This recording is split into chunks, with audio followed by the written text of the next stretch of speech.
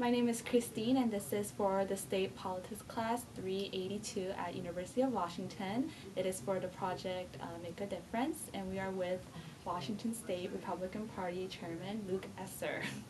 And we'll just be going over a couple questions. So to start off, I'll just ask the first question. Yeah. How do Washington State laws and regulations affect the Republican Party, such as certain campaign laws or just in that kind of area?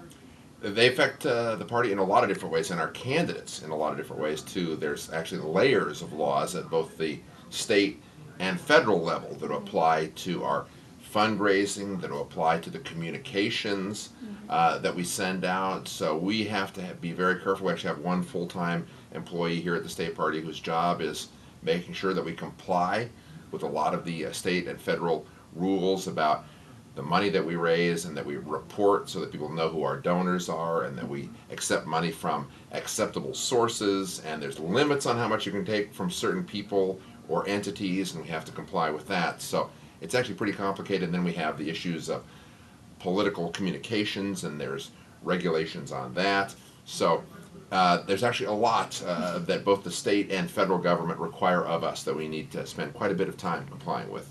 Okay. Also, just recently, well, I mean, recent as in, on behalf of Political Science 382 State Government and Professor Wilkerson and our team, Chapter 3 team, thank you so much, Mr. Esser, for doing this interview with us. It's a pleasure. Thanks for the opportunity. Okay, we're out.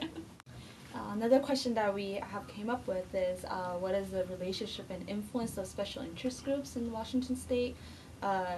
Just because earlier you touched upon how the McCain-Feingold Act has made it harder, but didn't eliminate money, going into politics. So, with the change with 527s in, how has that changed the dynamics?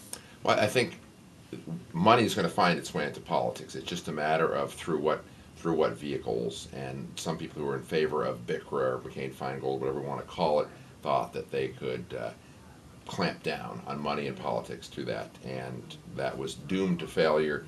The money has just been rerouted outside of the party organizations to a large extent through the 527s, the independent expenditure groups, which I think is unfortunate, because I think we as parties have a lot more credibility, and we have, frankly, a lot more regulations on us than the 527s and the IEs have. So the money is still being spent, but it's being spent in ways that are far less transparent, far less easy for people to understand who's behind this than these front groups that are formed every year or two and then go out of existence, like the Evergreen Progress Group that came into existence just to attack Dino Rossi for a few months. They're probably going to go away now, and we'll never hear from them again, and a similar group will come up in future years under a similar name. But nobody will ever really be able to tell what were they really, what are they about, whereas the State Democratic Party and State Republican Party, people understand what we're about, that we're continuing entities, that we have platforms and precinct committee officers and real structures and organizations. So I think BICRA, McCain-Feingold, has been a failure, and I hope we continue to move away from that. I think there's some court cases that are going to undermine that as we go forward, which is frankly a healthy thing, because the problem with politics is not there's too much money. Okay. Well, thank you so much for interviewing Pleasure. with us. Yeah, wait.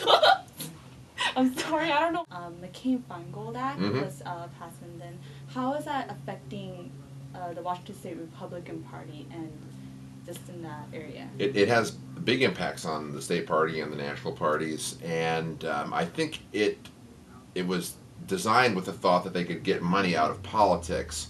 And what's really happened is that they've made it harder for the state and national party to engage in political activities and political speech, we would say, and it's put more of an emphasis on 527s and independent expenditure groups and those who are outside of political parties. So it's not that we have less money in politics, it's just that we have less money going through political parties in politics to a certain extent. So I don't think the BICRA or McCain-Feingold or whatever you want to call it has accomplished its goal if the goal was to get money out of politics. There's been more money in politics than ever before. Just look at Obama's campaign. So from that extent, it's been a failure. It certainly gives us a lot more paperwork to comply with, and it makes it harder for us to be effective as a party organization.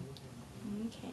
If you can also just kind of explain a little bit of like the hierarchy or maybe like the structure of the Republican Party, Mhm. starting with more like I guess just local to just national, just a little overview. Sure. And it does, we are a grassroots party. It starts out at the precinct committee officer level. At the lowest organizational level is the precinct, and every 2 years, a precinct committee officer or PCO is elected. I myself, I'm an old guy.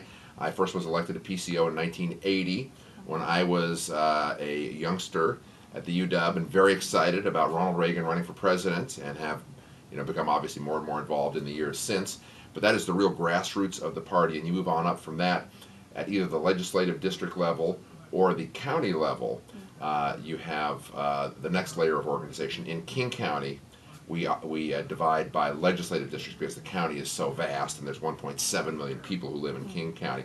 In most of the counties, they organize by the county itself. But for example, I'm a Bellevue person, and my legislative district is the 48th district. So the next step up from the PCO is our legislative district chair, and the next step up from that is the county chair, and then the next step up from that is the state party organization, and the next step up from that is at the national level, the Republican National Committee. There's actually 3 representatives from every state and 6 different possessions and territories of the U.S. who are voting members of the Republican National Committee, and I'm one of them. So I was actually an automatic delegate to the National Convention, which was a lot of fun. It was my first National Convention this year, and I'll be one of the people who votes on the next chairman of the Republican National Committee. So there's 168 of us who get to vote on that, 3 from each state and or territory or possession. On behalf of Political Science 382 State Government and Professor Wilkerson and our team, Chapter 3 team, thank you so much, Mr. Esser, for doing this interview with us.